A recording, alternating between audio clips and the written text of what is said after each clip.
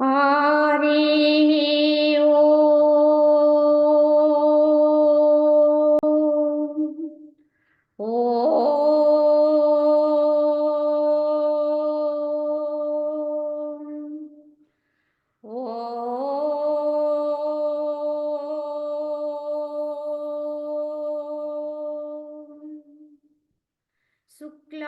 शुक्लाम्बरधरं विष्णुं शशिवर्णं चतुर्भुजं प्रसन्नवदनं ध्यायेत् सर्वविघ्नोपशान्तये अखण्डमण्डलाकारं व्याप्तं येन चराचरं तत्पदं दर्शितं येन तस्मै श्रीगुरवे नमः।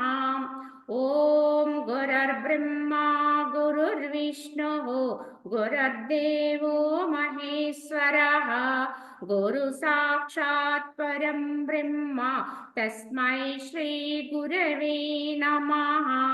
वंदे परब्रह्म चिदात्मकं सद्वंदे गुरुं शान्तमुमेशमीशं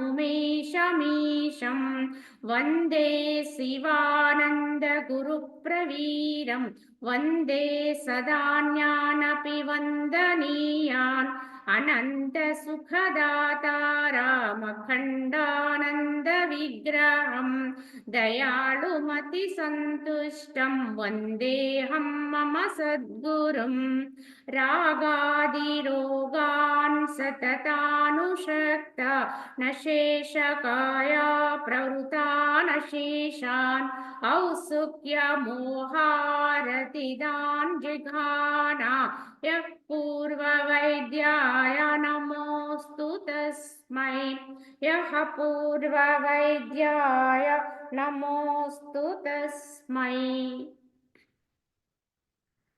ओम శ్రీరామచంద్ర పరబ్రహ్మణే నమః।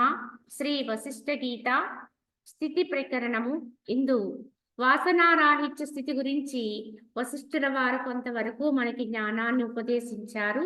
అందులో భాగంగా మరికొంత మనం తెలియచేసుకుంటూ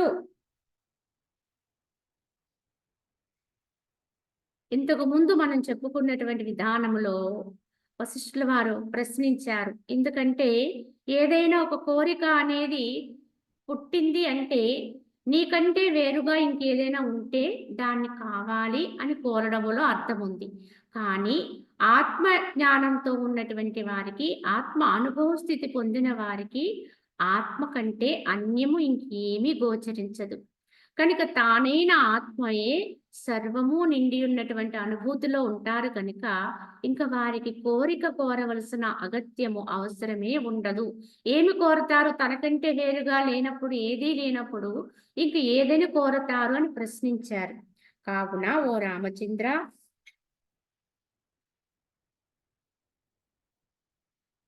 ఈ విధంగా చెబుతూ ఈ విధానంలో ఉన్నటువంటి వారు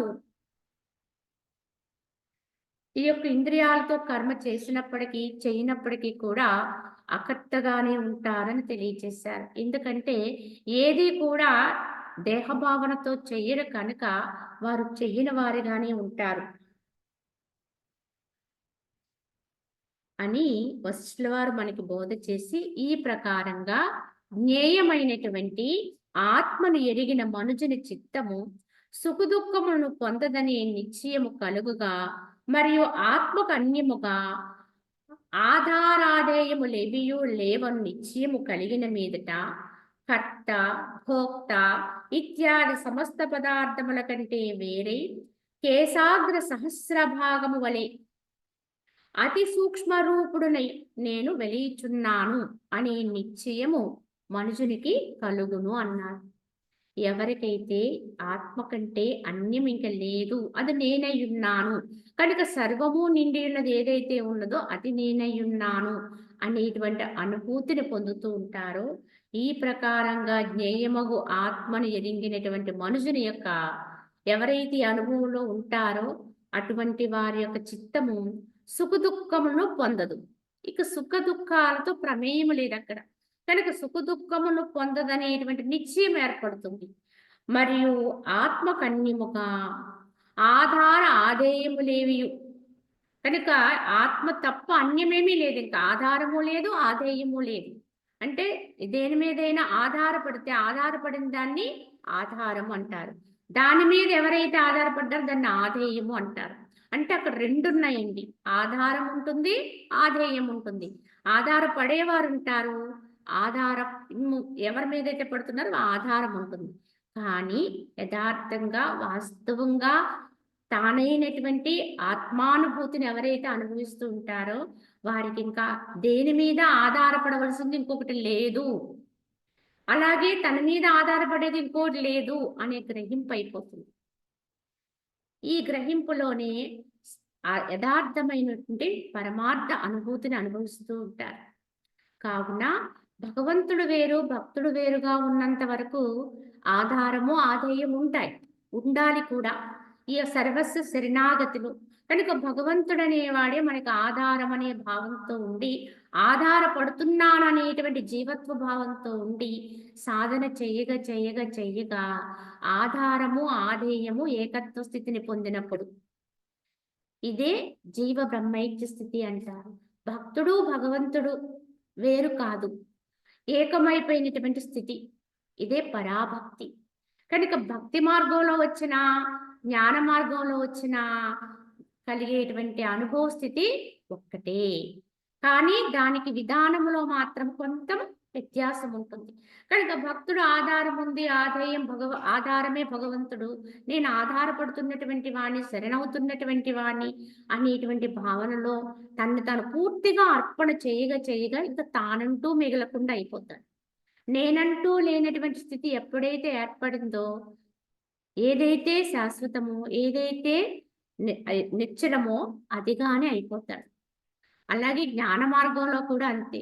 కనుక జ్ఞేయం ఇంకొకటి ఉంది కనుక నేను దానికోసం ప్రయత్నిస్తున్నాననే ప్రయత్నం ఉన్నంత వరకు 2 ఉంటాయి.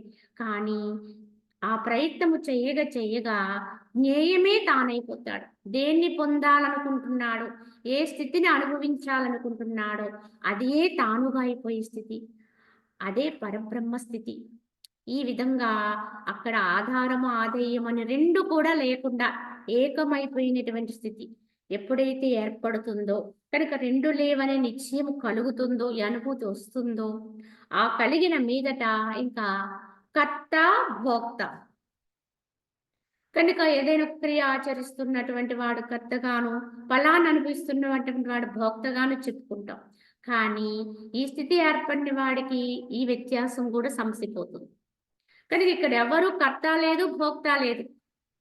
కనుక అనుభవించేవాడు లేదు. అలాగే అనుభవానికి కారకులు ఎవరు ఉండరు. కనుక ఎవరు కారణం కాదు. కనుక ఇక్కడ కర్త లేడు, భోక్త లేడు. కర్త వాడే, భోక్త నేనే. కనుక కర్తగాను నేనే ఉంటాను, భోక్తగాను నేనే ఉంటాను. ఇచ్చేవాడు నేనే, తీసుకునేవాడిని నేనే, కలిగించువాడిని నేనే, అనుభవించువాడిని నేనే అన్నట్టుగా అయిపోతాడు. కనుక ఇక్కడ ఇంకొకటంటూ లేదు కనుక అన్నింటిలోనూ ఏకమైన తత్వాన్ని అనుభవిస్తూ ఉంటాడు. కనుక ఇక్కడ ఆధారమాధేయం ఉండదు, కర్త ఉండడు, భోక్త ఉండడు. ఇత్యాది సమస్త పదార్థముల కంటే వేరే మరి ఎలా ఉంటాడు? అన్నింటికంటే అతీతమైతే ఇక్కడ 2 లేని స్థితి ఏర్పడిపోయింది, ఏకం. కానీ ఆ ఏకత్వ స్థితిలో తాను ఎలా ఉంటాడంటే కేశాగ్ర సహస్ర భాగము వలె. ఒక కేశము అంటే ఒక వెంట్రుక, ఒక తల వెంట్రుక తీసుకుంటే దాని యొక్క అగ్రభాగాన్ని సహస్ర భాగాలుగా చీల్చితే, 1000 భాగాలుగా చీల్చితే ఎంత సూక్ష్మంగా ఉంటుందో. ఎందుకంటే ఒక కేశమే చాలా సన్నగా ఉంటుంది.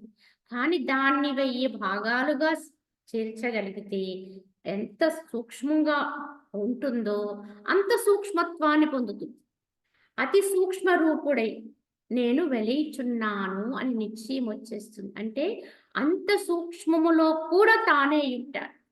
అంటే గాలి వీచని చోటులో కూడా ఈ యొక్క కాంతి ప్రసరించలేనంతటి విధానం ఎక్కడన్నా ఉన్న దానిలో కూడా పంచభూతాలకు కూడా అతీతమైన స్థితిలో కూడా నిండి ఉన్నది ఏదైతే ఉందో అదే చైతన్యం, అదే తానైనటువంటి అనుభూతి కలుగుతుంది. కనుక అటువంటి సూక్ష్మ రూపుణ్ణి నేను వెలిచున్నాననే నిశ్చయము మనుషునికి కలుగుతుంది. ఎప్పుడు? ఈ యొక్క ద్వంద్వాలకు అతీతమైనప్పుడు, ఆధార ఆధేయాలు సమసిపోయినప్పుడు, కర్తాభోక్త అనే వ్యత్యాసం సమసిపోయినప్పుడు, ఎప్పుడైతే ఈ జ్ఞేయమైన ఆత్మయందు స్థిరపడుతూ ఉంటాడో అప్పుడు ఈ స్థితి ఏర్పడుతుంది. అంత సూక్ష్మాతి సూక్ష్మంగా కూడా ఉన్నది నేనే అనేటువంటి అనుభూతిని పొందుతూ ఉంటాడు. తదుపరి ఈ సమస్త జగత్తు నేనే అనే నిశ్చయము జనించును. అన్ అతి సూక్ష్మంగాను తానే నిండిపోయినట్టుగా, అతి స్థూలంగా కనిపించి ఈ బ్రహ్మాండమంతా కూడా ఆ సూక్ష్మతత్వంతోటే తానే వ్యాపకమై ఉన్నట్లుగా అనుభూతిని పొందుతాడు. సూక్ష్మత్వాన్ని పొందినప్పుడే స్థూలత్వం అంతా నిండిపోతుందండి. కనుక తాను చొరబడలేని చోటు లేదు. కనుక ఎక్కడా కూడా భగవంతుడు లేని చోటు లేదు. కనుక దాన్ని పొందటానికి అడ్డు అనేది ఇంకొకటి లేదండి. యథార్థంగా అయితే అడ్డు అనే భావనే మనకు అడ్డు తప్ప, ఎక్కడో ఉన్నాడు అనే భావనే మనకు అడ్డు తప్ప, యథార్థానికి భగవంతుడు అన్ని చోట్ల అంటే ఇక్కడే స్వయములో స్వయమై నిరంతరము కూడా తానైన స్థితే పరమాత్మ యొక్క స్థితి. కానీ ఇంత దగ్గరగా, ఇంత చేరువుగా ఇంక ఏది ఉండదండి. ఇంక ఏది ఇంత చేరువలో మనకు ఉండేది ఇంకొకటి ఏదీ లేదండి. అంత సామీప్యములో ఉండి, అంత సారూప్యం అంటే ఇంకా దగ్గర అన్నటువంటి స్థితిలో ఉన్నటువంటి వాళ్ళం కూడా పరమాత్మ యొక్క ఉనికిని గ్రహించలేకపోతున్నామంటే ఎంత అజ్ఞాన స్థితిలో ఉన్నామో గ్రహించుకోవాలి మనం. కావున ఈ యొక్క జగత్తంతా కూడా నేనే అనే నిశ్చయము జనిస్తుంది. పిమ్మట నేను సమస్త పదార్థమును ప్రకాశింపజేయుచు సర్వవ్యాపినయున్నాను అనే నిశ్చయము కలుగుతుంది. ఇదంతా బ్రహ్మజ్ఞానికి వచ్చే భావనండి, స్థితి. ఇదంతా కూడా వారి యొక్క అనుభవాన్ని ఇలా మాటల ద్వారా వ్యక్తం చేసే ప్రయత్నం అంతే ఇది. కానీ ఇది మాటల ద్వారా మాత్రమే మనం గ్రహిస్తున్నాం. కానీ ఇది ఎప్పుడైతే మన అనుభవం అవుతుందో అప్పుడే మనం యథార్థ జ్ఞానంలోకి వెళ్తాం. కావున ఎప్పుడైతే రెండు లేని స్థితి ఏర్పడుతుందో, అన్నిట్లో నేనే ఉన్నాననే భావన వస్తుందో, అంత సూక్ష్మాతి సూక్ష్మత్వాన్ని పొందే భావన స్థితి ఏర్పడుతుందో, అతి స్థూలంలో కూడా నిండి ఉన్నది నేనే అనేటువంటి అనుభవాన్ని పొందుతాడో అప్పుడు మనుషునికి ఏమవుతుంది? ఈ యొక్క సమస్త పదార్థాన్ని ప్రకాశింపచేసేటువంటి శక్తి ఏదైతే ఉందో, ఎందుకంటే అన్ని పదార్థాలు కూడా ఏ ఏ విధంగా ప్రకాశిస్తున్నాయంటే ఆ చైతన్యం ద్వారానే ప్రకాశిస్తున్నాయి. ఏ వస్తువు, ఏ వ్యక్తి, ఏ ప్రాణి పనిచేసినా, దేని యందు ఏ చైతన్యము కలిగినా అంతటికీ లోపల ఉండేటువంటి ఆ ప్రకాశమే, ఆ ప్రజ్ఞే కారణం. కనుక ఆ ప్రజ్ఞే నేనయ్యున్నాను, ఆ ప్రజ్ఞ తత్వాన్ని అనుభవిస్తూ ఉంటాడు. కనుక దేని చూసినా అందు నేనున్నాను, ఎవరిని చూసినా అందు అనేటువంటి స్థితి. ఒక చీమ కదులుతుంటే ఆ చీమలో ఉండేటువంటి కదలిక నేనుగా అనుభూతి వస్తుంది. ఇదంతా అనుభవంతో పొందవలసినటువంటి విధానం. అయితే నిశ్చయించుకుంటాడు. అనంతరము నేను సుఖదుఃఖములకు అగమ్యుడనే నిశ్చయము కలిగి మనుజుడు నిశ్చింతముకు చిత్తవృత్తిచే లీలాపూర్వకముగా ప్రపంచమున వ్యవహారములు గావిస్తూ ఉంటాడు. మరి ఈ స్థాయిలోకి వెళ్ళిపోయిన మనుజుడు ఏం చేస్తాడండి అంటే, వారికి ఒక నిశ్చయం వచ్చేస్తుంది. ఇక్కడ సుఖం అనేది లేదు, దుఃఖం అనేది లేదు. నాకు ఈ రెండిటి యొక్క ప్రమేయము లేదు. నేనే సర్వమై ఉన్నాను. ఇక్కడ ప్రత్యేకంగా ఇంకొకటి ఏదో నాకు వస్తుందనేటువంటి భావన అక్కడ ఉండదు. కావున వాటన్నింటికంటే కూడా అతీతమైన నిశ్చయము కలిగి మనుజుడు చిత్తవృత్తి చేత, అంటే అప్పుడు కూడా లీలా మాత్రమైన చిత్తం ఉంటుందండి. అప్పటికప్పుడు ఉపయోగించే చిత్తము మనస్సు. కనుక ఆ దేహాన్ని నడిపించడానికి మాత్రం అప్పటికప్పుడు పనికొచ్చేటువంటి చిత్తం, దాని సంకేతాలు ఉంటాయి. కనుక దాన్ని అటువంటి చిత్తం ఉంటే దాన్ని లీలా మాత్రపు చిత్రము. దీన్ని ఈ విధంగా ఉండి చేసేటువంటి చర్యని లేలే అంటారు. చర్య అనరు, క్రియ అనరు. ఎందుకంటే మనకి సాక్షాత్తు భగవత్ స్వరూపుడుగా, భగవానుడుగా తెలియచేయబడుతున్నటువంటి శ్రీకృష్ణ భగవానుడు అని అనుకుంటున్నటువంటి ఆయన చేసినటువంటి క్రియలన్నింటినీ కూడా, చర్యలన్నింటినీ కూడా మనము లీలలనే అంటున్నాం. ఎందుకంటే ఆయన ఈ స్థితిలో ఉండే క్రియాచరణ చేసేవారు, కర్మాచరణ చేసేవారు. అందుకే ఆయన ఎన్ని కర్మలు చేసినా, ఎంత విధానములో భౌతికము క్రియాచరణ చేస్తున్నట్టుగా అనిపించినా ఆయన చేస్తున్న ప్రతి చర్యని శ్రీకృష్ణ లీలలనే అన్నారు. భౌతికంలో ఆయన చేసినటువంటి క్రియాచరణలు, కర్మాచరణలు ఒకసారి భౌతిక ధర్మానికి విరుద్ధంగా కూడా అనిపించే కొన్ని మనకు అనిపిస్తూ ఉంటాయి. కొంతమంది పరిహసిస్తూ కూడా ఉంటారు, ఆయన దేవుడు ఏమిటి అని. అలా పరిహసించే వాళ్ళు అలనాడు ఉన్నారు, ఇప్పుడు ఉన్నారు. కానీ ఇక్కడ తత్వం అర్థమైన వాడికే యథార్థం అర్థమవుతుంది. ఆయన ఎక్కడుండి క్రియాచరణ చేశాడు, ఎక్కడుండి కర్మాచరణ చేసేవారంటే ఈ స్థాయిలో ఉండే ఆయన జీవిత పర్యంతము కూడా ఏనాడు తన్ని తాను మరవలేదు. తానైన చైతన్యాన్ని విడనాడలేదు, దాని స్ఫురణ కోల్పోలేదు. కనుక ఆ స్ఫురణలో ఉండే తానే అన్నిటికీ అతీతమైనటువంటి, తానే సర్వము నిండి ఉన్నటువంటి చైతన్య మాత్రుడుగానైనా వ్యవహారం చేశారు. అందుకే దాన్ని లీలలు అంటారు. అదే విధంగా ఎవరైతే ఈ విధంగా ఉండగలుగుతారో, ఈ స్థాయిలో నిలుపుకోగలుగుతారో, వారు ఏమి చేసినా అవి లీలలుగానే పరిగణించాలి.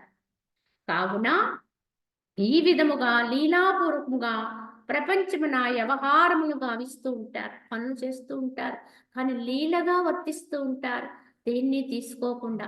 కనుక దేని అందైనా తన్ను తానే చూస్తుంటారు, తనకి తానే అన్నీ అవుతూ ఉంటాడు. కనుక ఇంకా రెండోది లేనట్టుగా తనతో తానే వర్తిస్తూ ఉంటాడు. ఇది ఒక అద్భుతమైన అనుభవం అండి. ఇది అనుభవిస్తేనే అర్థమవుతుంది. కనుక ఇక్కడ ఇంకొకటి చూడడు, ఇంకొకటి ఉండదు, ఇంకొకటి లేదు.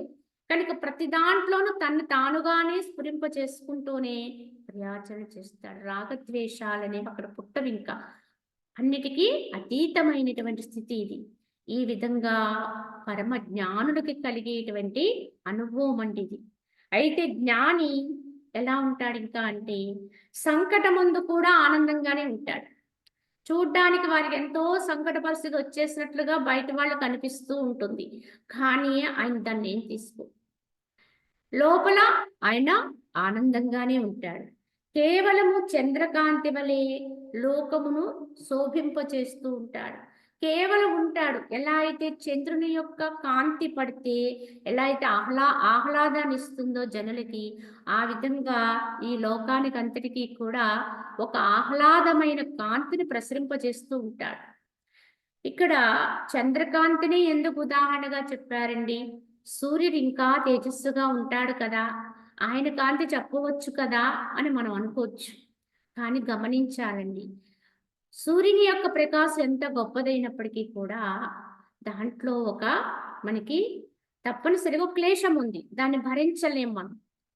కానీ చంద్రుని యొక్క కాంతినిస్తుంది, చల్లదనాన్ని ఇస్తుంది, ఆహ్లాదాన్ని ఇస్తుంది. ఎవ్వరు కూడా చంద్రకాంతిని ఇష్టపడిన వారు ఉండరు, దాన్ని ఆస్వాదించిన వారు ఉండరు. జ్ఞానుల యొక్క వర్తనం కూడా ఇలానే ఉంటుందండి. ఎవ్వరికి అది ఎప్పుడు ఏ రకమైనటువంటి క్లేశాన్ని కానీ భయాన్ని కానీ కలిగించదండి. ఎవరితోటి కూడా ఏ రకమైన విధానంలో కూడా వారి యొక్క వర్తనం అంతా కూడా ఆహ్లాదంగానే ఉంటుంది, సౌఖ్యవంతంగానే ఉంటుంది, మిత్ర స్వభావంతో ఉంటుంది. కనుక ఈ విధంగా ఉంటారని జ్ఞానులను చెప్పడం కొరకు చంద్రకాంతిని ఉదాహరణగా చెప్పారు ఇక్కడ. అయితే ఏలయనగా చిత్తము కంటే వేరుగా సుఖము లేదు, దుఃఖము లేదు. ఆ చిత్తము ఏది తీసుకుంటే అదే సంప్రాప్తమవుతూ ఉంటుంది. జ్ఞానియో చిత్తము కంటే వేరుగా ఉంటాడు, చిత్తానికి అతీతమై ఉంటాడు, చిత్తరాహిత్య స్థితిలో ఉంటాడు. అంటే చిత్తమే లేని స్థితిలో ఉంటాడు. కనుక అతనికి ఏమీ అంటదు. కాబట్టి అతడు కార్యమును చేసి కూడా చేయనివాడు అవుతాడు. అన్ని పనులు చేస్తాడు, కానీ నేనేమీ చెయ్యలేదు అన్నట్టుగా ఉంటాడు, అకర్తగా ఉంటాడు. కానీ కర్త అంటే ఎప్పుడవుతాం? చేసిన పని చేస్తున్నాననే భావన వచ్చినప్పుడు మనం తప్పకుండా కర్త అయిపోతాం. కానీ చేసిన పని కేవలం చేస్తే అకర్తే, చెయ్యనట్టే. కనుక అన్నీ చేస్తాడు, కానీ దేన్ని అంటాడు. కనుక ఏమీ చెయ్యని వాడే కనుక వారి పేరు ఏమీ లిఖింపబడదు. అంటే అతను ఏ కర్మ చెయ్యనివాడి, కర్మ నిశేషం అండి. కర్మ ఉంటే తప్పకుండా దాని ఫలం ఉంటుంది. కర్మ శేషాలు ఉంటాయి, జన్మ పరంపరలు ఉంటాయి. జన్మ పరంపర నుంచి బయటపడాలంటే కర్మ నిశేషం అవ్వాలి, కర్మ లేని స్థితికి రావాలి. మరి అది ఎలా అండి అంటే ఎన్నో మార్లు చెప్పుకుంటున్నాం మనం. ఇదే జ్ఞానాన్ని భగవద్గీతలో భగవానుడు తెలియజేశారు. కేవలము ఇంద్రియ కర్మల్ని మానుకున్నంత మాత్రాన కర్మకు అతీతుడు కావు. నువ్వు కర్మ లేకుండా కర్మ నిశేషం పొందుతున్నవాడు కావు. మరి ఏమిటి అంటే ఇంద్రియాల యొక్క కర్మాచరణ జరుగుతున్నప్పటికీ కూడా ఎవరి యొక్క చిత్తస్థితి శమించిపోతుందో, మానసికంగా వారు ఏమాత్రము కూడా వాటితో చరించకుండా మనోరాహిత్య స్థితిని పొంది ఉంటారో, ఆత్మస్థితిలో ఉంటారు. ఎందుకంటే మనసు లేని స్థితి అంటే ఆత్మయందు స్థిరపడిన స్థితి అని అర్థం. ఆత్మయందు నిశ్చలం కలిగినటువంటి స్థితి అని అర్థం. మనస్సు లేకపోతే ఉన్నది దైవమే, ఇంకా భగవంతుడే. కనుక వారు ఆత్మయందే ఉంటారో వారు వారు మాత్రమే కర్మ నిశేషత్వాన్ని పొందగలుగుతారు. అట్టి వారికి మాత్రమే జన్మ పరంపరలకు వెళ్ళే అగత్యం ఉండదు. దీన్ని బట్టి గుర్తించాలి. మనం విడిచిపెట్టవలసినది ఈ భౌతిక కర్మనా అంటే ఇంద్రియాను వర్తింప చేస్తూ ఉన్నటువంటి ఈ కర్మని విడిచిపెట్టాలా, లేదా అంతరములో ఉండేటువంటి ఈ యొక్క మనోచర్య ఏదైతే ఉందో దాన్ని నిషేధం చేసుకోవాలా, దాన్ని లేకుండా చేసుకోవాలా అనేది గుర్తించాలి. కనుక సాధనంతా దాని కొరకు చెయ్యాలండి. ఆ మానసిక మనోరాహిత్య స్థితిని పొందుట కొరకే సాధన చెయ్యాలి. అంతే తప్ప దేహముతో కర్మ నిషేధం చెయ్యమని ఏ శాస్త్రం చెప్పలేదు, ఏ మహానుభావులు బోధించలేదు. కనుక కర్తవ్య కర్మను ఆచరించండి, కానీ లీలగా ఆచరించండి. కర్తృత్వాన్ని పెట్టుకోకుండా ఆచరించండి. కేవల కర్మగా ఆచరిస్తూ ఉండండి.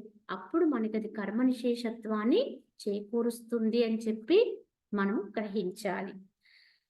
అదే విధంగా తన ఆత్మ కంటే వేరుగా ఏ వస్తువు లేనందుచే జ్ఞాని తన శరీరము చే కాని మనస్సు చే కాని తాను చేయే కర్మలచే ఆక్రమింపబడడు, యువసత్వాన్ని పొందడు, వాని యందు రాగము కలిగి ఉండడు. ఎప్పుడైతే చిత్తము లేదో ఆత్మ అని ఉంటాడో, ఆత్మస్థితిలో స్థిరపడతాడో, ఆత్మ కంటే వేరుగా ఇంకో వస్తువేమీ లేనందువల్ల జ్ఞాని దేని యందు కూడా శరీరము చే కాని మనస్సు చే కాని ఏ విధంగానూ కూడా రాగద్వేషాలు పొందడు. ఇది ప్రత్యేకంగా ప్రియ అప్రియాన్ని పొందడు. ఇది ఇష్టము ఇది అయిష్టం అనేది ఉండదు. ఈ రకంగా రాగద్వేషాలకి అతీత స్థితిలో ఉంటాడు. బాలుడు మనస్సు చే నగరమును నిర్మించి విహరిస్తూ ఉంటాడు. ఈ నగర నిర్మాణము మనసు చే కావింపబడుతున్నది కాబట్టి ఇది నిర్మింపబడనదే అగును అని తలంచి కేవలము లీలాపూర్వకముగా దాన్ని ఎట్లా అనుభవించునో దాన్ని గురించిన సుఖదుఖములు కృత్రిములను ఎరింగి గ్రాహ్య బుద్ధి చే వాణ్ణి ఎట్లు కాంచకునునో దాని వినాశనము కూడా మనఃకల్పితముగా ఎంచి లీలగా ఎట్లు చూచునో దుఃఖమును కూడా లీలాపూర్వకంగా అనుభవించుచున్నను ఇది దుఃఖము కాదని ఎట్లు కాంచునో అట్లే జ్ఞాని కూడా లీలాపూర్వకంగా కార్యములను ఆచరించుచున్నను పరమార్థమున ఆచరింపనవాడే అవును, వాని చేత అంటబడకే ఉంటాడు. ఏ విధంగా అయితే బాలుడు, ఇక్కడ బాలుడు అన్నారంత మాత్రాన ఇక్కడ బాలుడని కాదు, ఎవ్వరమైనప్పటికీ కూడా ఊహా చిత్రాన్ని ఊహించుకున్నాం అనుకోండి, ఒక ఊహలో ఒక నగరాన్ని నిర్మాణం చేయగలుగుతాం. మన మనసుకున్నటువంటి శక్తి అది. కనుక ఆ భావన చేత మనకి అనుకున్నటువంటి విధానములో ఒక భవనాన్ని నిర్మాణం చేశామండి. చేసిన భవనములో ఊహతోటే మనం విహరిస్తున్నామనే భావన చేయొచ్చు. విహారం చేస్తున్నటువంటి ఆ భవంతిలో ఎన్నో రకాల ప్రియాల్ని అనుభవించవచ్చు, అప్రియాల్ని అనుభవించవచ్చు. అంటే అది కూడా ఊహా మాత్రంగా నువ్వు ఎలా ఊహిస్తే నీకు అవి అనుభవానికి వస్తూ ఉంటాయి. ఇలా కొంతసేపు ఊహించావు, కానీ ఒక ఎరుకు ఉంటుంది నీకు అక్కడ. ఇది ఊహ, ఇది నేను ఊహతో నిర్మించుకున్నటువంటి నగరము భవంతి, కనుక ఇది నిజం కాదు అని తెలిసేటువంటి తెలివి నీ లోపల పనిచేస్తుంది. కనుక ఇది నేను ఊహించుకున్నాను కనుక కేవలం ఊహతో అలా ఊహించుకుంటున్నాను అనుకుంటూ వాటిల్లో విహరిస్తావు, కానీ దేన్ని కూడా పెద్దగా తీసుకో. ఎందుకంటే అది నీ ఊహల్లోంచి వచ్చింది అని నీకు ఎరుకుంది. ఈ ఎరుకున్నప్పుడు నువ్వు ఎలా అయితే దాని మోహంలో పడవో, ఇదంతా ఊహే కదా నువ్వు ఎలా అయితే దాన్ని పూర్తిగా విశ్వసించవో, నమ్మవో, దాన్ని తీసుకోవో, అదే విధంగా జ్ఞాని కూడా ఈ జగత్తు అనేటువంటి నగరములో అలాగే విహరిస్తాడు. ఇదంతా కూడా చిత్తం యొక్క నిర్మాణం. కనుక ఈ జగత్తు విధానం అంతా కూడా చిత్త విధానంలో వర్తిస్తూ ఉంటుంది. ఎలా అయితే మనసుతో ఊహించి నువ్వు అక్కడ ఊహానగరం నిర్మించావో, అదే విధముగా కనుల ముందు కనిపించేటువంటి ఈ బ్రహ్మాండము కూడా, ఈ జగత్తు కూడా చిత్తం ఉన్నంత వరకే ఉంటుందండి. చిత్త విధానములోని ఇది వర్తిస్తుంది. కనుక ఇది చిత్తముతో వర్తింపచేసేది మాత్రం ఇది యథార్థం కాదు అని తెలుసుకుంటే జ్ఞానమేనండి. అది తెలుసుకుని ఎవడైతే తెలుసుకుని ఏం చేస్తాడు? అందులోనే వర్తిస్తాడు. కానీ వాడు అకర్తగా ఉంటాడు. మరి తెలుసుకోని వాడు కూడా అందులోనే వర్తిస్తాడు. అందులోనే పడుతూ ఉంటాడు, లేస్తూ ఉంటాడు. కానీ వాడికి పూర్తి నమ్మకం ఉండదు దాని పట్ల. విశ్వాసం, ఇది నిజం, ఇది యథార్థం, ఇది శాశ్వతం అన్నట్టుగా దాంట్లో పడి వర్తిస్తాడు. వాడు కర్త అయిపోతాడు అక్కడ. ప్రతిదాన్ని కూడా అంటుకుంటాడు, బంధాలు పాలవుతాడు, జన్మ పరంపరల పాలవుతాడు, అజ్ఞానిగా మిగిలిపోతాడు. ఇంతకీ ఇక్కడ తేడా ఎక్కడుందండి అంటే విధానం, తెలివిలో ఉందండి. ఈ తెలివి ఉన్నది ఉన్నట్టుగా తెలుసుకుంటే జ్ఞానం అండి. తెలియకపోతే అజ్ఞానం అవుతుంది అంతే. ఈ జగత్ అనేది జ్ఞానికి ఉంటుంది, అజ్ఞానికి ఉంటుంది. వాస్తవంగా వాడు ఇందులోనే విహరిస్తాడు, అజ్ఞానిగా ఉన్నవాడు ఇందులోనే వర్తిస్తాడు. కానీ ఇద్దరికి ఎరుకెక్కడా? తెలివి, మరపు. జ్ఞాని తెలివి కలిగి ఉంటాడు, ఎరుక కలిగి ఉంటాడు. ఇదంతా వాస్తవం కాదు అనేటువంటి ఎరుక కలిగి ఉంటాడు. నేను ఆత్మని అనేటువంటి యథార్థ జ్ఞానంలో ఉంటాడు. కనుక ఇదంతా ఊహా చిత్రంగానే దాంట్లో ఉంటాడు, రమిస్తాడు, వ్యవహరిస్తాడు, అందరితో చరిస్తాడు. కానీ దేన్ని అంటాడు? ఎందుకంటే ఊహా చిత్రాన్ని ఎలా అయితే ఊహతోట తీసేస్తామో, అలాగే ఈ జగత్తుని కూడా ఏ యొక్క చిత్తంతో ఏర్పడిందో ఆ చిత్తంతో దీన్ని రహితత్వం చేస్తాడు, లేకుండా చేస్తాడు. ఇది లేదు అని నిశ్చయించుకుంటాడు. ఇది వాస్తవం కాదు, ఇది యథార్థం కాదు అని నిశ్చయించుకుంటాడు. కనుక వాడికి అక్కడ రాగద్వేషాలు పుట్టవల్లి. దేని ఏందైనా సమత్వంగా ఉంటాడు. ఎప్పుడు హర్షాన్ని పొందుతూ ఉంటాడు, సంతోషంతో ఉంటాడు. ఇక్కడ దుఃఖం వచ్చినది నిజం కాదు, సుఖం వచ్చిన నిజం కాదు. కనుక దుఃఖం వచ్చిందని విచారం పొందడు, సుఖం వచ్చింది కదని దానిలో పడిపోడు. దాన్ని నమ్మడు, దీన్ని నమ్మడు. ఇదంతా చిత్తము యొక్క స్థితిలో ఏర్పడింది అంతే అనుకుంటాడు, మనోరాజ్యం అనుకుంటాడు, వదిలేస్తాడు. కనుక ఈ తెలివి ఎరుకుతో ఉంటే, దీంతో వర్తిస్తే వాడు బంధ విముక్తిని పొందుతాడు, జ్ఞానిగా ఉంటాడు. ఆ తెలివి లేకుండా, ఎరుక లేకుండా దీంట్లో పడిపోతే అది అజ్ఞాని, అంతే తేడా. జ్ఞానికి అజ్ఞానికి తేడా ఎక్కడండి అంటే చూడడానికి ఎక్కడా వ్యత్యాసం ఉండదండి. ఒకేలా కనిపిస్తారు, ఒకే విధానం ఉన్నట్టు ఉంటారు. కానీ వారి లోపల ఉండేటువంటి ఎరుకలోనే యథార్థముగా అక్కడ వ్యత్యాసం ఉంటుంది. కనుక ఎరుకున్న వాడి ఒక వర్తన ఒకలా ఉంటుంది, ఎరుకు లేని వారి వర్తన ఒకలా ఉంటుందండి. ఎందుకంటే ఎరుకు ఉన్నవాడి వర్తనములో ఎక్కడ భేదం ఉండదు, వ్యత్యాసం ఉండదు, రాగద్వేషాలు ఉండవు, ప్రియ అప్రియాలు ఉండవు.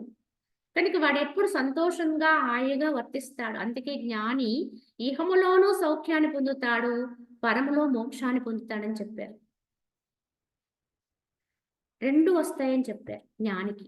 అజ్ఞానికి ఇహములోనూ సంతోషం ఉండదు, ఇహములోనూ బాధలు పడుతూ ఉంటాడు, రకరకాల క్లేశాలు అనిపిస్తాడు, పరములో వాడికి బంధాలు వస్తాయి. దీన్ని బట్టి గుర్తించండి, ఏది మనకి ఉపయోగము, ఏది అత్యంత లాభదాయకము. ఎవరైనా మానవ జన్మకు వచ్చిన తర్వాత మనకి వివేకం ఉంటుంది కనుక ఎక్కడ లాభం ఉంటే దాని వైపు వెళతాం. ఎక్కడ మంచిగా ఉంటుందనుకుంటే ఆ వైపుకి వెళ్ళడం అనేది సహజంగా మానవ ధర్మం. మరి ఇప్పుడు గ్రహించండి, జ్ఞానంతో వర్తిస్తే వాడికి ఇహపర సౌఖ్యాలండి. అంటే ఇహంలో కూడా వాడు సంతోషంగానే ఉంటాడు, సౌఖ్యంగానే ఉంటాడు. ఎందుకుంటాడు సౌఖ్యంగా, సంతోషంగా అంటే వారు ఇది ఎరుకుతో ఉంటాడు కనుక, ఇది నిజం కాదని తెలుసుకుని ఉంటాడు కనుక, రాగద్వేషాలు ఉండవు కనుక, దేన్ని తీసుకోడు కనుక వాడెప్పుడూ మోదంలోనే ఉంటాడు, సంతోషంతో. కనుక ఎవరిని వైరభావంతో చూడడు, ఏదో అయిపోయింది అనుకున్నట్టుగా ఉండడు, దేన్ని ద్వేషించడు, దేన్ని కామించడు.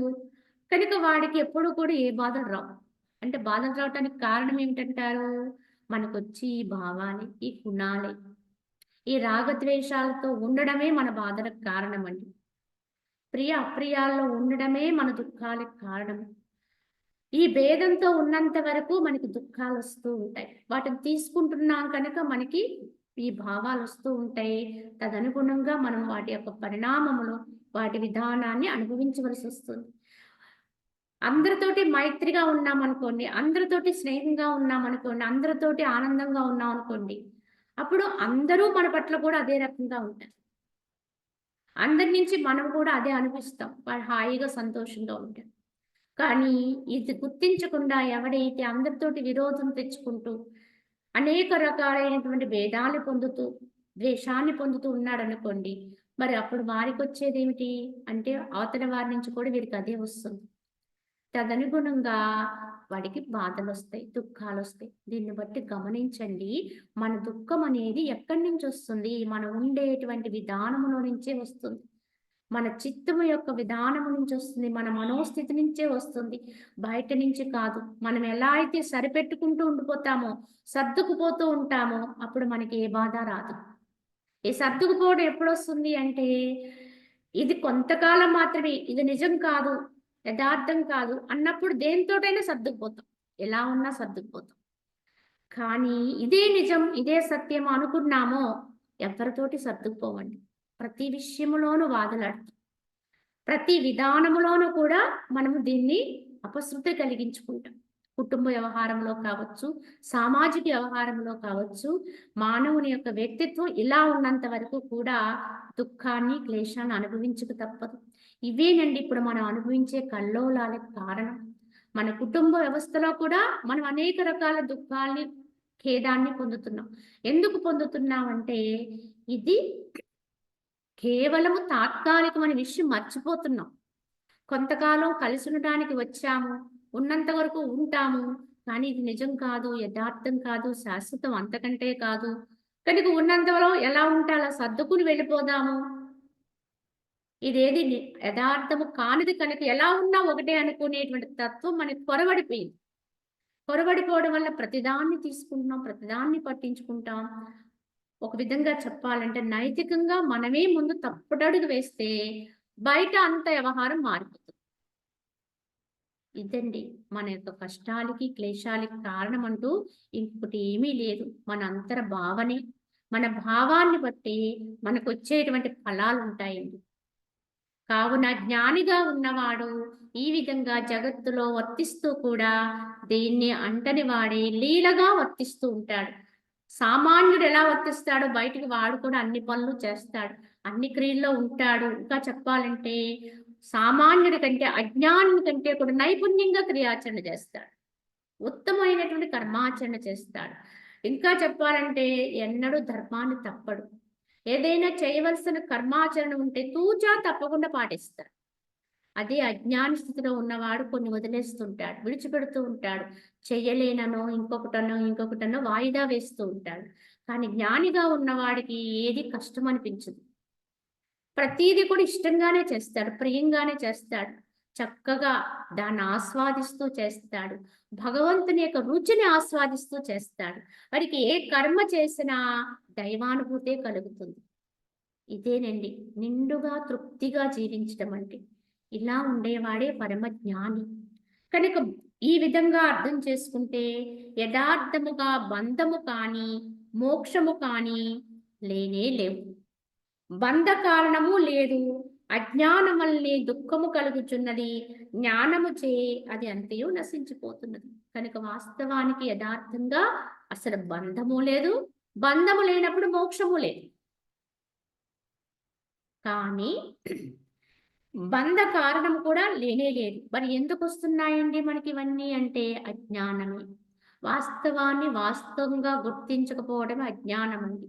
ఉన్నదాన్ని ఉన్నట్టుగా ఎరగకపోవడమే అజ్ఞానం. కనుక మనం చేసే తప్పిదమంతా ఎక్కడుంది అంటే ఎలా ఉన్నదాన్ని అలా తీసుకోవడం లేదు మనం. మారిపోయేదాన్ని మారదు అన్నట్టుగా చూస్తున్నాం. ఎందుకంటే ఈ జగత్తులో అన్నీ మారేటువంటి లక్షణంతో ఉన్నవి. పరిణామంలో ప్రతీవి మార్పు చెందుతాయి.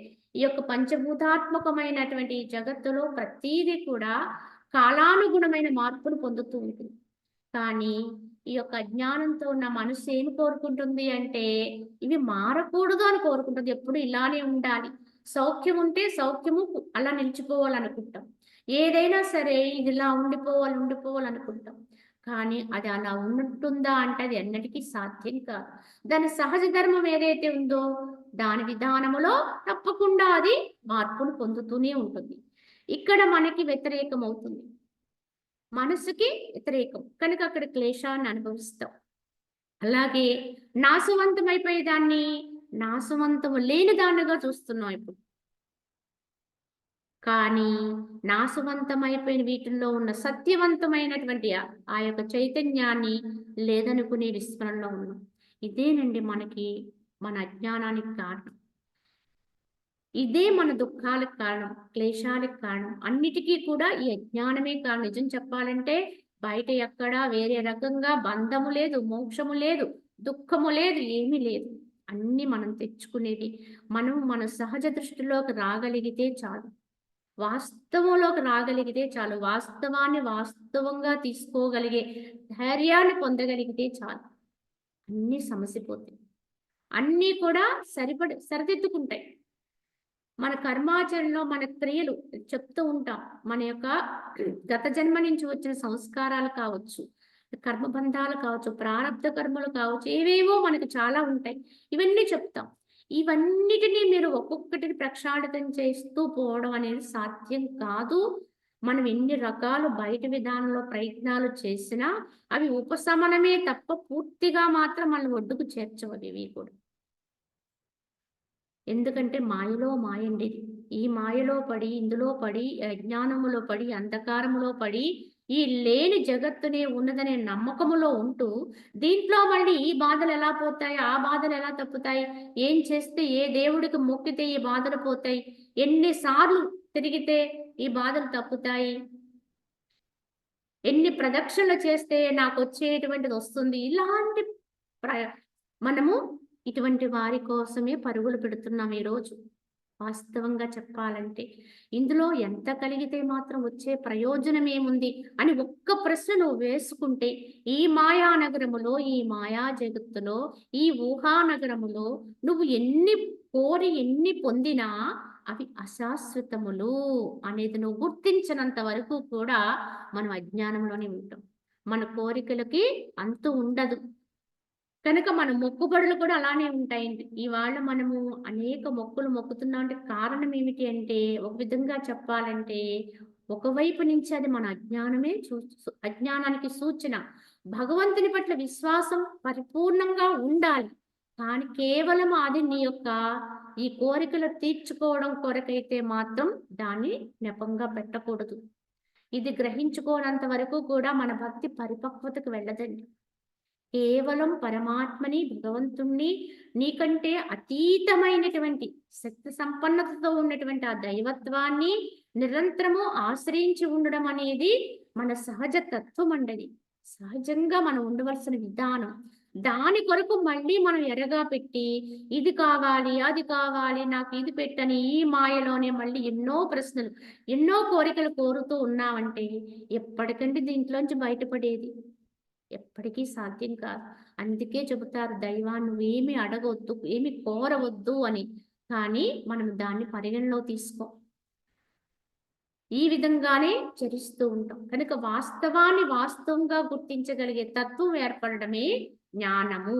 దాన్ని ఎరుక లేకుండా ఉండడమే అజ్ఞానము. ఇది గుర్తించాలి. ఓ రామచంద్ర, ఈ ప్రపంచమున బంధ మోక్షములు మిథ్యారూపముగానే కల్పించబడినవి. కావున సమస్తమును త్యజించి ధీరుడువై అహంకారమును పారద్రోలి అసక్త బుద్ధిచే ప్రపంచమున వ్యవహరిస్తూ ఉండము. కావున ఓ రామ, ఇప్పటి వరకు నీకు ఏదైతే బోధించానో ఇదంతా కూడా గ్రహించుకో. ఈ బంధ మోక్షాలు మిథ్యలు, అసలు లేవు. కనుక నాకు మోక్షం కావాలి, మోక్షం కావాలని అడిగేవంటే మనము బంధములో ఉన్నాం. బంధం అనేది కూడా మనం తెచ్చిపెట్టుకున్నాం. మన చిత్తంతో, మన భావాలతో తెచ్చిపెట్టుకున్నాం అని గుర్తించాలి. కావున సమస్తమును కూడా త్యజించిన వాడివై అహంకారమును పారద్రోలి నేను ఫలానా వ్యక్తినై ఉన్నాను అనేటువంటి అహంకారాన్ని విడిచిపెట్టి అసక్త బుద్ధి చేత ప్రపంచమును వివరించు. నీకేమీ అంటదు. సప్తత లేనటువంటి బుద్ధి చేత చక్కగా ప్రపంచంలో నువ్వు చేయవలసిన కర్మాచరణ చేసుకుంటూ వెళ్ళిపో అని వశిష్ఠుల వారు బోధ చేశారు.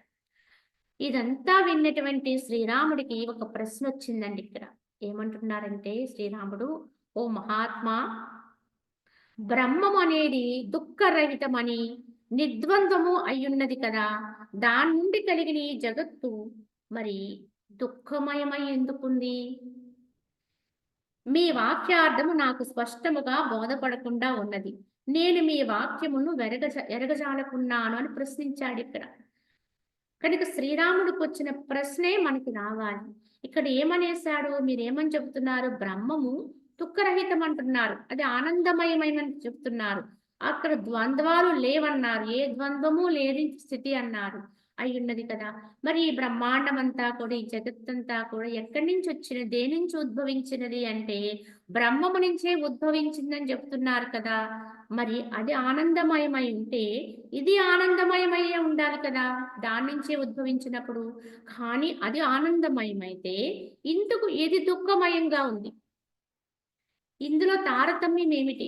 మీ వాక్యార్థము నాకు స్పష్టముగా బోధపడటం లేదు కనుక నేను స్పష్టత కలిగించమని శ్రీరాముడు వశిష్ఠుల వారిని ప్రార్థించారండి. దానికి సమాధానంగా వశిష్ఠుల వారు ఏం చెప్తారో ఇప్పుడు మనం తెలుసుకుందాం. వశిష్ఠుల వారు అంటున్నారు, ఓ రామా, పాపరహితుడు అయిన ఓ రామా, జగత్తుని కళంకమున్నదియు లేనిదియు సిద్ధాంత కాలమున్నే వచింపదగి ఉన్నది. అప్పుడు నీవు దాన్ని స్వయముగా ఎరుగగలవు. ఒకే ఆత్మ వస్తువు సర్వదా సర్వత్రా సర్వరూపమై వెలియుచున్నది కాబట్టి ఇక హర్షక్రోధ విస్మయములకు తావెచ్చట అన్నారు. కావున ఓ రామా, ఈ జగత్తునంతా కూడా కళంకం ఉన్నది అనుకుంటున్నావు, కళంకితమై ఉన్నది అనుకుంటున్నావు.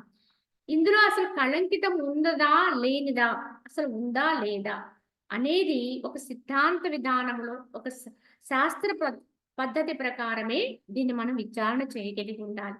అప్పుడే మనం దాన్ని స్వయముగా తెలుసుకోగలుగుతాం. ఏ విధంగా ఇది కళంకితంగా ఉందో లేదా శుభకరము అనేది మనము ఒక శాస్త్ర పద్ధతి ప్రకారము ముందుకెళ్ళాలి అని చెబుతూ, ఒకే ఆత్మ వస్తువు సర్వదా సర్వత్రా సర్వరూపమై వెలియుచున్నదని చెప్పారు. కనుక ఉన్నది ఒకటి, అది దానికంటే ఇంకొకటి లేదు, అదే ఆత్మ. కనుక అది సర్వదా అంటే ఎప్పుడూ ఉంటుంది, సర్వత్రా అంటే అన్ని చోట్ల ఉంటుంది, సర్వరూపమై వెలియుచున్నది. కాబట్టి హర్ష క్రోధ విస్మయములు వీటికి ఎక్కడా కూడా తావే లేదు. అంటే ఆశ్చర్యపోవాల్సిన అవసరం కానీ, హర్షాన్ని పొందే అవసరం కానీ, క్రోధాన్ని పొందేటువంటి అవసరం కానీ లేనే లేదు, ఉన్నది ఒక్కటే కనుక అని చెబుతూ, ధైర్యవంతుడైనటువంటి వాడు నిత్యము సమత్వముతో అంటే ఆత్మబుద్ధితో స్థితి కలిగి ఉండవలను. కావున ఎవరికైతే ఈ ధీరబుద్ధి ఉంటుందో, ధైర్యవంతుడై ఉంటాడో, వారు పొందవలసింది ఏమిటి అంటే ఆత్మస్థితి. ఎందుకంటే దాంట్లో కళంకితం ఉందా లేదా ఇంకొకటా అనేది విచారణ చేస్తూ పోతూ దాన్ని నువ్వు వర్ణించుకునే కంటే కూడా ఉండవలసిన చోట నువ్వు ఉన్నావనుకో, ఎక్కడుండాలో అక్కడ ఉన్నావనుకో, అప్పుడు నీకు యథార్థం ఉన్నది ఉన్నట్టుగా సుస్పష్టమవుతుంది. దాన్నంతటినీ ప్రక్షాళితం చేసి దాన్నంతటినీ కూడా విచారణ చేసి అప్పుడెప్పుడో నేను లోపలికి వస్తాను అనుకుంటే అది ఎప్పటికీ సాధ్యం కాదండి, ఎప్పటికీ కూడా అయ్యేది కాదు. కావున దారి ఎలా ఉన్నా నువ్వు వెళ్ళవలసిన చోటికి నువ్వు చేరుకోవాలి తప్పకుండా. దారి బాగుండలేదు కదా అని చెప్పేసి నువ్వు ఆగిపోకూడదు. దానికి తగిన ఉపాయాలు ఆలోచించి నువ్వు ఎలా అయితే నువ్వు వెళ్ళవలసిన గమ్యానికి వెళ్ళిపోతావో, అదే విధంగా ఈ జగత్తు యొక్క స్థితిగతులను వర్ణించుకుంటూ ఇక్కడే ఆగిపోయామనుకోండి, అసలైన ఆత్మానందం ఆత్మస్థితిని పట్టుకోవడానికి మనకి సమయమే మిగలదు. కనుక దీన్ని మనం విమర్శ చేసుకుంటూ విచారణ చేసుకుంటూ ఇవన్నీ చేసేదానికంటే మొట్టమొదట మన స్థానం ఏదో, మన స్థితి ఏదో, మనకి పెద్దలు ఏమి బోధించారో ఆ స్థాయిలో ఆ స్థితిలో మన స్థితి అక్కడ తిష్ట వేసుకోవడానికి ప్రయత్నం చేయాలి. కావున అక్కడే స్థితి కలిగి ఉండాలి. ఈ విధముగా ఆత్మరూపముగు అంటే సమత్వముతో కూడిండు జ్ఞాని విస్మయము, గర్వము, సమ్మోహము, హర్షము, క్రోధాది వికారములనేవి ఎన్నటికీ పొందడు.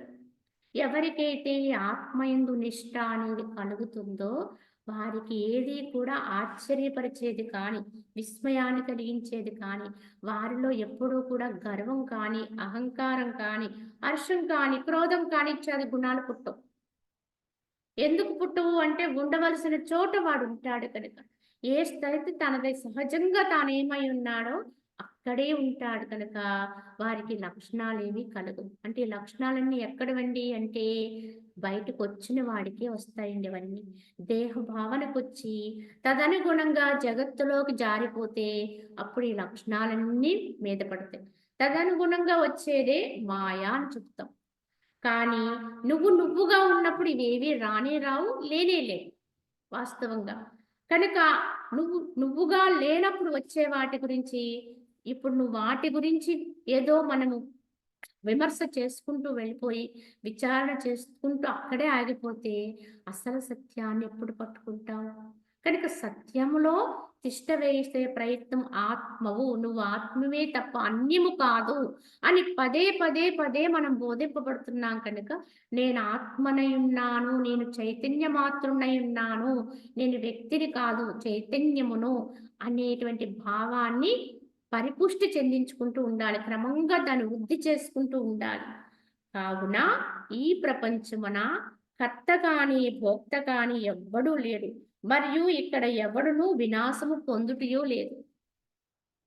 నేను ఎప్పుడైతే నేనుగా ఉంటానో, నేను ఆత్మగా ఉన్నానో వాటికి ఈ జగత్తు యొక్క స్థితి కూడా అవగతమైపోతుంది. కనుక అక్కడ కర్త గాని భోక్త గాని ఇంకెవ్వరూ లేరు. ప్రత్యేకంగా ఒకడు చేసేవాడు లేడు, ఒకడు చేయబడేది లేదు. కావున మరియు ఇచ్చట ఎవడు కూడా వినాశనం కూడా పొందుటలేదు. ఎందుకంటే ఇక్కడ కనిపించేదంతా కూడా నాశవంతం అని చెప్తున్నాం. కానీ వాస్తవముగా యథార్థముగా నేనుగా అయిన వాడికి వినాశనం అనేది దేనికి సంభవించినది? దేనికి సంభవిస్తుందంటే తన స్థాయిలోంచి దిగిపోతే ఇదంతా ఉందనుకున్న వాడికి ఇదంతా నశిస్తుంది అనుకుంటాం. కానీ తానుగా ఆత్మగా ఉన్నవాడికి ఇంక ఏదీ లేదు. ఉన్నదొక్కటే తాను మాత్రమే, చైతన్యం మాత్రమే, ఆత్మ మాత్రమే. కనుక అదే సత్యంగా ఉంటుంది. కనుక ఇందులో పోయేది లేదు, వచ్చేది లేదు. అంటే ఈ జగత్తుకు ఉనికి లేనప్పుడు ఇది మళ్ళీ పోతుందేమో, పోయిందేమో అనే భావన ఎందుకు వస్తుంది చెప్పండి? ఉనికి కలిగిన వాడు, దీని పట్ల విశ్వాసం ఉన్నవాడికి దీని నాశనం పట్ల భయభ్రాంతులు ఉంటాయి. దీని పట్ల నమ్మకం ఉన్నవాడికి ఇది ఎప్పుడు గతించిపోతుందో, ఎప్పుడు నశించిపోతుందో అనేటువంటి ఒక భ్రాంతి, ఒక భయం ఉంటుంది. కానీ దీని పట్ల అసలు ఉనికే లేని వాడికి దీని నాశనం పట్ల భావన ఏంటండి? ఏమీ ఉండదు. కనుక ఈ జగత్ విషయాల పట్ల, ఈ జగత్తులో సంభవించేటువంటి అనేక రకాలైనటువంటి ద్వంద్వాల పట్ల, దీని నాశనత్వం పట్ల మనకు ఉన్నటువంటి ఈ భయభ్రాంతులన్నీ ఉన్నాయి అంటే మనము మన స్థానములో లేము అని అర్థం. మనం ఉండవలసిన చోట ఉంటే ఇది కలగదు. ఇది గుర్తించుకోవాలండి, గమనించుకోవాలి. మనకి ఇంకా ఈ జగత్తులో ప్రతిదాని పట్ల అతి చిన్న విషయానికే మనం ఎంతో భయభ్రాంతులకు లోనవుతూ ఉంటాం, విస్మయానికి లోనవుతూ ఉంటాం. ఎందువల్ల అంటే దీని పట్ల మనకున్న నమ్మకం అండి, విశ్వాసం అండి. దీని పట్ల ఎంత విశ్వాసంతో ఉంటామో ఆత్మకంత అన్యంగా ఉన్నామని గుర్తు. ఆత్మకంత దూరంగా అంటే అన్యంగా, వేరుగా, నేనైన నా సహజత్వానికి వేరుగా ఉన్నట్టుగా గుర్తు. ఎవరికైతే దీని పట్ల ఉపేక్షాభావం వస్తుందో, దీని పట్ల ఉండేటువంటి యథార్థ తత్వాన్ని గుర్తించగలిగే స్థాయి ఏర్పడుతుందో వాడికి ఎక్కడా కూడా భయము లేదు, భ్రాంతి ఉండదు, విస్మయము ఉండదు, ఆశ్చర్యపడవలసిన అవసరం ఉండదు, ఎక్కడ హర్షక్రోధాలు పొందవలసిన అగత్యం అంతకంటే ఉండదు. తానుగా ఉన్నవాడికి. కనుక తానుగా ఉండి అప్పుడు జగత్తుని చూడగలిగితే జగత్తు యొక్క స్థితి ఏమిటనేది అర్థమైపోతుంది. కావున ఆత్మ కేవలము సాక్షి అయి, నిర్వికారమై, లేక దుఃఖరహితమై, సమరూపమై, నిత్యము అసంక్షుబ్ధమై స్థితి కలిగి ఉండా దాని ఎంది సమస్తము కూడా కల్పితమై ప్రవర్తించుచున్నది. ఇక్కడ శ్రీరాముని యొక్క ప్రశ్న ఏమిటి? భగవంతుడు చైతన్యము సదా అది ఆనందమయము, అది దుఃఖరహితము. కానీ దాని నుంచి వచ్చిన జగత్తులో మాత్రం అన్నీ వచ్చేసినాయి. దాని నుంచే బ్రహ్మాండం అంతా వచ్చిందని చెప్తున్నారు. మరి వచ్చినప్పుడు దాని నుంచి వచ్చింది దానిలానే ఉండాలి కదా! ఎందుకు ఇందులో ఎన్ని వచ్చాయి? అనేది ప్రశ్న అండి. కానీ వశిష్ఠుల వారి యొక్క సమాధానం ఏమిటి అంటే, దీంట్లోకి అవన్నీ వచ్చాయి, ఎందుకొచ్చాయి అనేది కాదిక్కడ. అసలు అదే లేదు. అది ఉందనుకునే స్థాయిలోకి నువ్వొస్తేనే అది ఏర్పడింది. అసలు దాన్ని నువ్వుగా ఉన్నావంటే అసలు జగత్తే లేదట. యథార్థముగా, వాస్తవంగా. నువ్వు ఆత్మగానే ఉండిపోతే, నువ్వు బ్రహ్మముగానే మిగిలితే, చైతన్యమాత్రుడుగానే ఉంటే, జగత్తనేది పుట్టనే పుట్టలేదు. జగత్తనేది ఆవిర్భవించలేదసలు. కానీ నువ్వు దాన్నించి ఎప్పుడైతే అధమ స్థానానికి కిందికి పడిపోతావో, అప్పుడే నువ్వు ఈ జగత్తుని దర్శిస్తావు. ఉందన్నట్టుగా భ్రమిస్తావు, విశ్వసిస్తావు. అదంతా నీ యొక్క భావన. నీ మానసికమైనటువంటి భావన. కనుక నీ మానసికమైన భావన ఎలా ఉందో అలానే కనిపిస్తుంది. నువ్వు దీన్ని ఎలా దర్శిస్తావో అలాగే అనిపిస్తుంది. నువ్వు దీన్ని చెడ్డగా చూస్తావనుకో నీకు చెడ్డే కనిపిస్తుంది. దీంట్లో దుష్టత్వాన్నే గమనిస్తావనుకో అది దుష్టత్వంగానే అనిపిస్తుంది. దీంట్లో చైతన్యాన్ని తిలకిస్తావనుకో నీకు చైతన్యమే కనిపిస్తుంది. అంటే నీ దృష్టిని బట్టే జగత్తుంటుంది. నీ దృష్టిని బట్టే ఈ జగత్తు యొక్క ఉనికి ఉంటుంది. ఎందువల్ల అంటే ఇది నీ దృష్టిని బట్టి వచ్చింది. నువ్వు మనసుతో కిందికి దిగి రావడం వల్ల వచ్చింది. స్థానాన్ని నువ్వు విడిచిపెట్టడం వల్ల వచ్చింది ఈ జగత్తు. అసలు నువ్వుగా ఉంటే అసలు జగత్తే లేదు. ఈ లేని జగత్తు మరి బ్రహ్మము కంటే అన్యంగా ఎందుకుందండి అంటే, బ్రహ్మము కంటే అన్యముగా లేదు. బ్రహ్మములానే ఉంది. బ్రహ్మముగానే ఉంది. కానీ ఇక్కడ దోషం ఎక్కడొచ్చింది? నీ దృష్టిలో వచ్చింది. నీ భావనలో వచ్చింది. నువ్వు ఎలా వీక్షిస్తే నీకు అది అలానే కనిపిస్తుంది. ఈ ప్రపంచాన్ని నువ్వు ఎలా అనుభవిస్తావో, నీ భావాన్ని అనుసరించి అనుభవిస్తావు. నువ్వు దీన్ని ప్రసాదంగా అనుభవిస్తున్నావా? స్వార్థం కొరకు అనుభవిస్తున్నావా? లేదా వ్యక్తి భావంతో అనుభవిస్తున్నావా? వీటి తారతమ్యాల మీదే ఆ ఫలాలుంటాయండి. నేను పలానా వ్యక్తిని కనుక దీనంతటినీ కూడా నేను స్వయంగా సంపాదించినది, స్వయంగా అనుభవించాలి ఇత్యాది స్వార్థ భావాలతో ఉన్నామనుకోండి, ఫలం కూడా అలానే ఉంటుంది. అలాగే దోషంతో ఎప్పుడు దోషాన్ని ఎంచుతున్నావు అనుకోండి దృశ్యములో ఉన్నదంతా ఎక్కడ చూసినా ఎవరిని చూసినా నీకు దోషమే కనిపించింది అనుకోండి. ఈ దోషం ఎక్కడుంది అంటే నీ లోపల ఉంది. నీ మనసులో చూసే దృష్టిలో ఉంది. నీ మనోదృష్టి యొక్క దోషత్వమే నీకు ప్రపంచంలో కనపడుతుంది. జగత్తు నువ్వు అలా చూస్తుంది. అదే జగత్తు నువ్వు ప్రసాద దృష్టితో చూసావనుకోండి, ప్రసాదం ఇదంతా భగవంతుని ప్రసాదం, భగవంతుడు ఇస్తే వచ్చినది కనుక అనుభవించే ప్రతీది కూడా అది వస్తువు కావచ్చు, విషయం కావచ్చు, వ్యక్తి కావచ్చు. వ్యక్తి కూడా భగవత్ ప్రసాదమే. మనకున్న అమ్మా నాన్న ఎక్కడి నుంచి వచ్చారండి? భగవంతుడిస్తే వచ్చాడు. నువ్వు తెచ్చుకోలేదు కదా! కనుక నీకున్న అమ్మా నాన్న అని చెప్పబడే స్థానం కానించి ప్రతి బంధము కూడా భగవత్ ప్రసాదమే. కనుక భగవత్ ప్రసాదము, భగవంతుడిచ్చిన ప్రసాదాన్ని మనం ఎంత పవిత్రంగా చూస్తామో, నువ్వు జగత్తుని అంత పవిత్ర భావంతో చూడగలిగితే నీకు ఇది పవిత్రంగా అనిపిస్తుంది. చైతన్యం భావనతో చూడగలిగితే చైతన్య మాత్రంగా అనిపిస్తుంది. కనుక నీ దృష్టిని అనుసరించి ఇది కనపడుతుంది తప్ప వాస్తవానికి అది లేనే లేదు. నువ్వు సృష్టించుకున్న జగత్తును నువ్వు ఎలా చూస్తే అలా అనుభవిస్తావు అని వశిష్ఠుల వారి యొక్క వశిష్ఠుల వారి యొక్క హితవిధి. కావున ఆ పరమాత్మ చే కాని లేక ఆ పరమాత్మ నుండి కాని జగత్తు ఉత్పన్నమైనదని ఈ వాగ్రచన అంతయు శాస్త్ర వ్యవహారము కొరకే కాని పరమార్థమున లేదన్నారు. వాస్తవానికి జగత్ అనేది భగవంతుడి నుంచి వచ్చినది, భగవంతుని వల్ల సృజింపబడినది, భగవంతుడే దీనికి అంతటికీ కూడా మూలకర్త కనుక ఆధారము కనుక ఆయన ఎలా నడిపిస్తే అలా నడుస్తుంది, ఆయన విధి ప్రకారమే జరుగుతుంది కనుక విధి నిర్ణయము ఇవన్నీ మనం వాడుకునే మాటలు, మనం చెప్పుకునే భాష. కానీ వశిష్ఠుల వారు దీన్ని నిష్కర్షగా ఖండించారు. ఉన్న వాస్తవాన్ని ఉన్నట్టుగా ఇక్కడ యథార్థంగా మన ముందుంచుతూ ఆ పరమాత్మ చే కాని లేక ఆ పరమాత్మ నుండి గాని ఈ జగత్తు ఉత్పన్నమైనదనేటువంటి ఈ వాగ్రచన ఈ చెప్పబడేటువంటి వాక్పూర్వకంగా కానీ లిఖితపూర్వకంగా కానీ ఏ వాక్యాలైతే మన ముందు ఉన్నాయో ఇదంతా భగవంతు నుంచి వచ్చింది కనుక ఆయనే దీనికి మూలకర్త, లేకపోతే ఆయన నడిపిస్తున్నాడు, ఈశ్వరుడున్నాడు. కనుక ఈ విధంగా మనందరం ఆయన యొక్క విధి ప్రకారం నడుస్తున్నాం.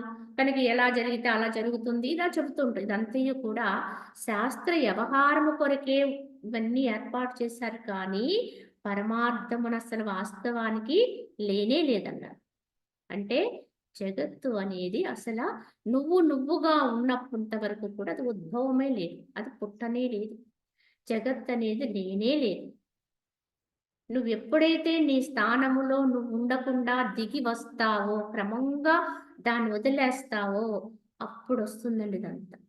అప్పుడే ఈ మాయ, అప్పుడే ఈ జగత్తు, అప్పుడే ఈ జగత్తులో ఉండే విషయాలు, వ్యక్తులు, రకరకాల భావాలు అన్నీ వచ్చేస్తాయి. వచ్చేసిన వాటిని పట్టుకుని ఇప్పుడు మనమేమంటామంటే, భగవంతుడు ఇవన్నీ ఎందుకు సృష్టించాడండి? ఎందుకిచ్చాడు? ఈ మాయ ఏమిటి? గొడవే? ఇలా ప్రశ్నిస్తూ ఉంటాం. కానీ కారణం ఎవరండి అంటే ఎవరికి వాళ్ళమే. ఎవరికి వాళ్ళమే తన స్వస్థానంలో తాను నిలుపుదల చేయగలిగితే, తాను ఉండగలిగితే, అసల ఈ జగత్తు యొక్క తీరేమిటి? అది ఎంతవరకు నిజం అనేది నీకు అర్థమైపోతుంది. కావున ఓ రామచంద్ర, ఆశలను చిగిర్చిన లేత కొమ్మలతో కూడినదియు, భయంకర దుఃఖాలను వివిధ ఫలములు కలిగినదియు, భోగములని చిగుళ్ళచే ఒప్పేది, వార్ధక్యమనే పుష్పము కలిగినదియు, తృష్ణయనే తీగలచే ప్రకాశవంతమైనదియు, ఆత్మకు బంధన స్థానమైనదైనటువంటి సంసారం అనే వృక్షమును వివేకమనే ఖడ్గముచే ఛేదించి బంధవిముక్తుడవై కట్టుకంబము నుండి విడువడిన గజేంద్రుని వలె ఈ ప్రపంచమును విహరించు. కావున ఓ రామ, ఇప్పటికి నీకు విషయం అవగతమైతే, యథార్థం గ్రహించుకుని, ఈ సంసారం అంతా కూడా దినదినాభివృద్ధి చెందుతూ ఉంటుంది. దీన్ని ఎలా వదిలేస్తే ఏమిటి? దీనికి దినదినాభివృద్ధి చెందే కారణము ఏంటంటే మన ఆశలే, కోరికలే. కనుక ఈ ఆశలనే చిగిర్చిన లేత కొమ్మలతో ఉంటుంది. ఇది ఇంకా ఇంకా రోజు రోజుకి ఆ ఆశలు తీరుస్తున్న కొలది వృద్ధి అయిపోతూ ఉంటుంది. భయంకరమైన దుఃఖాలు అంటే ఈ ఆశల యొక్క ఫలాలు ఎలా ఉంటాయండి? ఇప్పుడు మనకి చిగుళ్ళుగా ఉన్నాయి అవి. కానీ తదుపరి వచ్చే ఫలాలు ఏంటి అంటే దుఃఖాదులే. ఈ దుఃఖాదులు అనేటువంటి వివిధ ఫలములు కలిగినదియు. ఇక్కడ ఇదంతా కూడా కొత్త కొత్త చిగుళ్ళు వేస్తూ ఉంటుంది. భోగాస అంటే భోగాలు అనుభవించాలనే కాంక్షతో ఉంటూ ఉంటాం. కనుక దాని కొరకు ఇంకా కొత్త కొత్త ప్రయత్నాలు చేస్తూ ఉంటాం. కానీ దానికొచ్చే పువ్వులేమిటండి అంటే వార్ధక్యం. ఈ లోపల మనకి తప్పకుండా శరీరము దీనికి వార్ధక్య ప్రభావం వచ్చేస్తుంది. కనుక ఎన్నో అనుభవించాలనుకుంటాం. కానీ అనుభవించలేని స్థాయి. ఎన్నిటినో సమకూర్చుకోవాలనుకుంటాం. అన్నీ సమకూర్చుకునేటప్పటికీ అనుభవించడానికి దేహం సహకరించదండి. ఇది పరిస్థితి. కనుక ఈ వార్ధక్యం అనే పుష్పము కలిగినది. తృష్ణ అనే తీగల చేత అల్లుకుని పోయి ఉంటుంది ఇదంతా ఒకదానితో ఒకటి. అలాగే ఆత్మకు బంధన స్థానమైనటువంటి సంసారం అనేటువంటి వృక్షాన్ని ఇలానే వదిలేస్తే అది ఇంకా ఎంతకాలం ఎన్ని జన్మలకైనా వృద్ధి అవుతూనే ఉంటుంది. ఎప్పటికీ దాని నుంచి బయటపడే ప్రసక్తే ఉండదు. కావున మానవుడుగా వచ్చినటువంటి వాడు వివేకమనే ఖడ్గము చేత దాన్ని ఛేదించాలి. ఇది వాస్తవముగా ఉన్నది కాదు, యథార్థము కాదు, సత్యము కాదు, శాశ్వతమైనది, కేవలము పరిమితమైనది. ఇప్పటికి మాత్రమే అది ఉన్నట్టుగా అనిపిస్తుంది తప్ప యథార్థము కాదు అనేటువంటి జ్ఞానము చేత దాన్ని ఛేదించి బంధ విముక్తుడవై కట్టుకంబము నుంచి ఇటువంటిటువంటి గజేంద్రుని వలె, ఎలా అయితే కట్టబడినటువంటి ఏనుగును వదిలేస్తే ఎలా అయితే దాని నుంచి విడివింపు చేసుకుని ఎలా అయితే దూరంగా వెళ్ళిపోతుందో, అలాగే సంసారము నుంచి నువ్వు వైదొలుగు రామా, దీని యొక్క సత్యత్వ భావం నుంచి నువ్వు నీ స్థానమైన ఆత్మస్థితిలోకి నువ్వు నిశ్చలత్వాన్ని పొందురామా అని చెబుతూ, ఈ జగత్తంతయు కూడా బ్రహ్మమే, ఈ బ్రహ్మ పదము జగత్తు కంటేను కూడా అతీతమై ఉన్నది, వాస్తవముగా జగత్తు లేనే లేదు, అంతయు కేవలము బ్రహ్మమే అయ్యున్నది. కావున చివరిగా వశిష్ఠుల వారు దీనికి శ్రీరాముడు అడిగినటువంటి ప్రశ్నకు సరైనటువంటి విధానములు సమాధానంగా, అసలు జగత్ అనేది కొత్తగా పుట్టేది ఏం కాదు, అది వచ్చింది కాదు, ఉన్నది కాదు, నీ భావాన్ని బట్టి అది ఉంది తప్ప అన్యముగా అది అసలు దానికి ఉనికే లేదు. కావున ఈ జగత్తంతయు కూడా బ్రహ్మముగానే ఉంది తప్ప బ్రహ్మము కంటే అన్యముగా అసలు లేనే లేదు. కానీ నీ భావాన్ని అనుసరించి నువ్వు దాన్ని వేరుగా చూస్తున్నావు అంతే. నువ్వు బయటకు వచ్చి దాన్ని వేరుగా చూస్తావు. నువ్వు బ్రహ్మముగా ఉన్నావు అనుకోండి, ఈ బ్రహ్మాండం అంతా బ్రహ్మమయంగానే కనిపిస్తుంది. నువ్వెలా ఉంటే నీకు అలా కనిపిస్తుంది ఇది. నువ్వు ఉండే స్థితిని బట్టి ఇది నీకు గోచరిస్తుంది. కనుకనే వాస్తవముగా జగత్తు లేదు. అంతయు కేవలము బ్రహ్మమే యున్నది అనేటువంటి విధానములో నువ్వు స్థితి కలిగి ఉండు. ఇది వేరు, ఇది వేరనేటువంటి విభాగ కల్పన ఆకాశము వలె విశాలమగు పరమాత్మ యందు లేదు. మిథ్యా జ్ఞాన రూపమగు ఈ వికల్పోక్తి వాంగ్మాత్రమే అగును. దీని యందు సత్యార్థమెచ్చట అన్నారు. కనుకనే అది వేరు, ఇది వేరు, ఇది సత్యము, అది అసత్యము, అది వాస్తవము, ఇది అవాస్తవము, ఇవన్నీ కూడా శాస్త్రార్థములో శాస్త్రాల ప్రకారము జనానికి అంటే సామాన్యమైనటువంటి లోకానికి వివరణ చేయటం కోసమే మనకి మహనీయులు పొందుపరిచిచ్చారు. ఎందుకంటే ఉన్నవాణ్ణి ఉన్నట్టుగా బ్రహ్మమే ఉంది, అన్యము లేదు, అంతా ఉట్టదే, ఉన్నది ఒకటే, అదే నువ్వు, అదే బ్రహ్మము, ఇలాగే బోధించారనుకోండి, దీన్ని పూర్తిగా అవగాహన చేసుకోగలిగే వాళ్ళు చాలా పరిమితంగా ఉంటారు.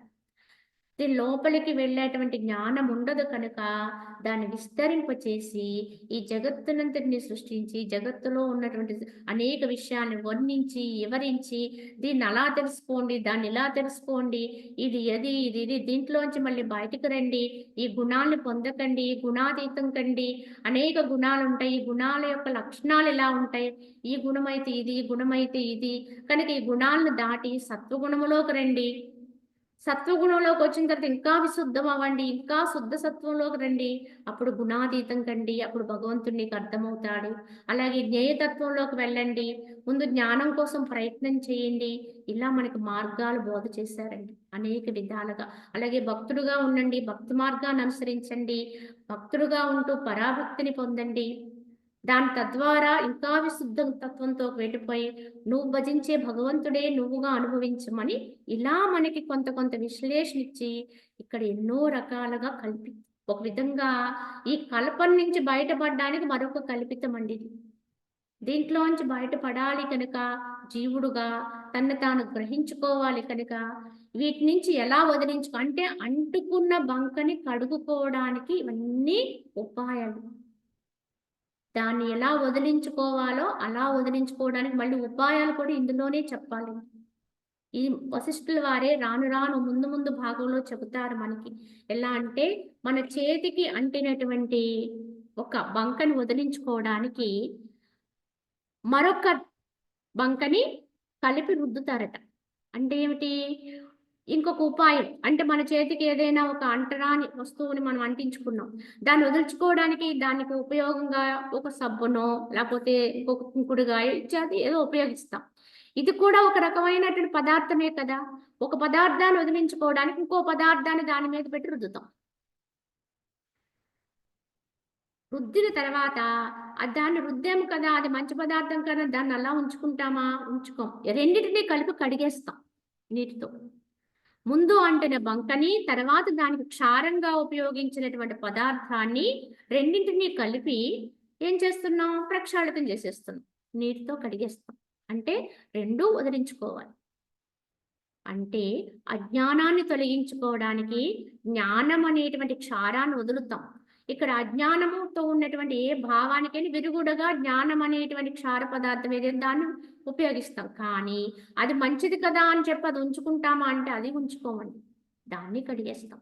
చివరికి రెండు వదిలిపోవాలి. అంటే చివరికి ఏమీ లేని స్థితి రావాలి. ఇదే వశిష్ఠ గీతలో మున్ముందు వశిష్ఠుల వారి సాదృశ్యం చెప్తారు. ఈ విధంగా రెండింటికి అతీతంగా మారాలి అని చెప్పి మనకి జ్ఞానోపదేశం చేస్తారు. కావున ఈ జగత్తులో ఉండే విషయాలు, ఈ జగత్తు యొక్క తత్వం నుంచి బయటపడడానికి మనం ప్రయోగించే ప్రయోగాలు అన్నీ కూడా ఏదో ఒక రోజుకి శుద్ధమైపోవాలి. అంటే కడిగి వేయబడాలి, నిశేషమైపోవాలి. చివరికి నువ్వుగా బ్రహ్మముగా మిగిలిపోవాలి. అప్పుడే యథార్థ స్థితి, యథార్థ జ్ఞానం అండి, యథార్థ అనుభవం అని మనం దీన్ని బట్టి గ్రహించుకోవాలి. ఈ విధానములో మనకి భగవాన్ వశిష్ఠుల వారు ఇంకేమేమి చెప్పబోతారో రేపటి భాగంలో తెలుసుకుందాం. హరి ఓం తస్సత్. ఓ